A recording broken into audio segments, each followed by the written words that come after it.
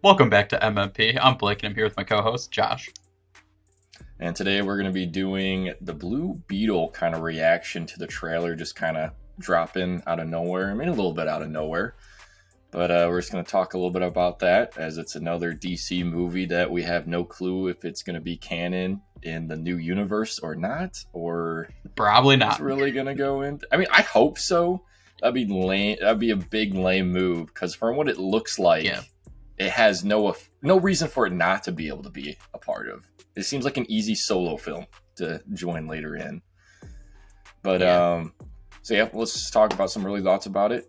For me, I think I saw this comment a long time ago about superhero films, and then now I feel like I'm starting to agree with it.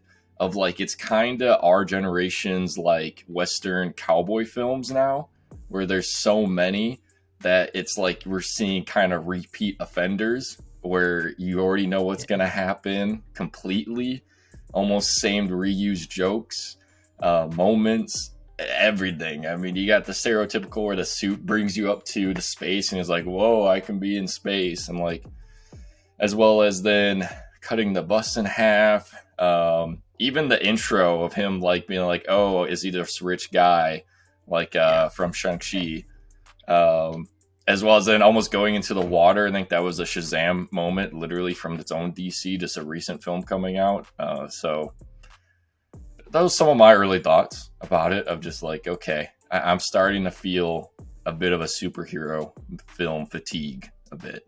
Not to mention, on that same thing, the thing is called the Scarab, exactly what in Moon Knight they're after the Scarab, the exact same name of the item that somebody's after.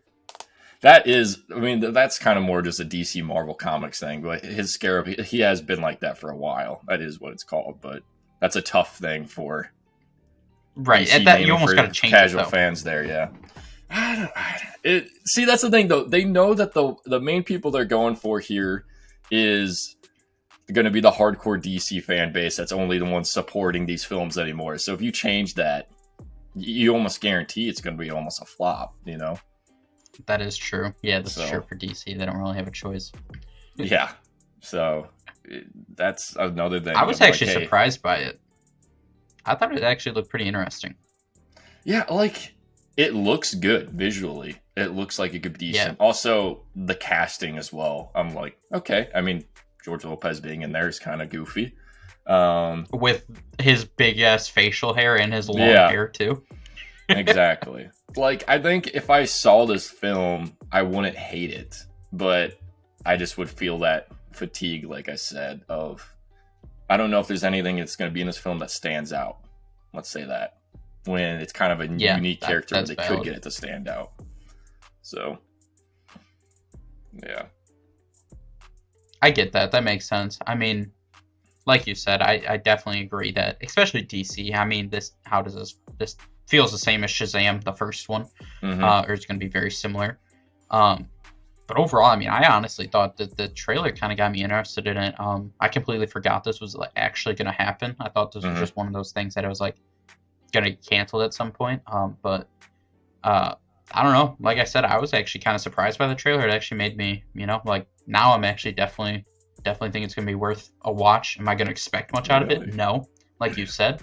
But I definitely want to give this a watch now. I just thought it actually looked really good.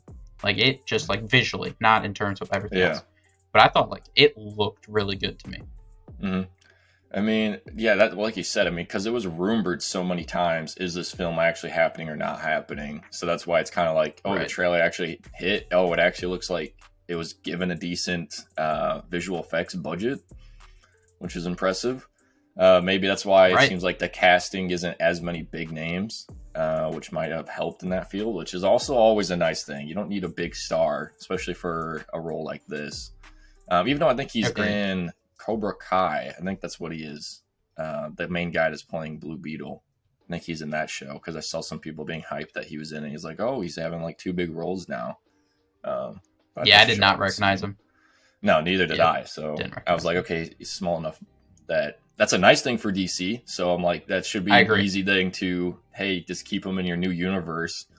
Because smaller role means smaller, he's not going to get too hot-headed with you and just dip and be like, I want to do new projects, even though you knew what you agreed to. But well, I mean, kind of see that in Marvel, you know. Sorry, Simu Lee, nobody knew who the fuck you were. Let's relax, bud. But you know, that happens though. Actors get those big heads where they think they're bigger. It's like, just, you know, you're not the star. Shang-Chi's the star, not Simu Lee. Sorry to break it to you. That's how it is. The character is the star, not you, bud. Just face the facts. Have fun in Barbie, your first movie that we've ever seen you in since Shang-Chi, where you said you want to do big roles. Have fun.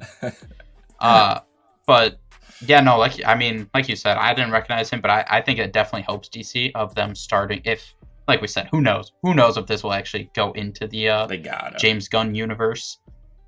But it does, you know, go well for them that this is a smaller time actor that theoretically shouldn't just be pulled away from big roles if, you know, it starts to take off in the future. But yeah, like I said, I mean, the cast, I mean, it didn't really seem like there's too many cringe. I mean, like you said, it looked very, we know what's going to happen. We kind of know the dialogue for the most part as well, but nothing stood out as like super cringy lines. And so, yeah, I mean, there was even a little scene of him and clearly George Lopez was trying to give him a deeper speech that I was like, that scene probably will be pretty decent. But I honestly, this trailer actually, for something I forgot about, didn't really know what's happening. I'm actually kind of excited for this one. I'm surprised about that. Also, I mean, I think if DC advertises this right, because I believe he is the first like Latino superhero, like at least mainstream onto Hollywood. I believe that's true.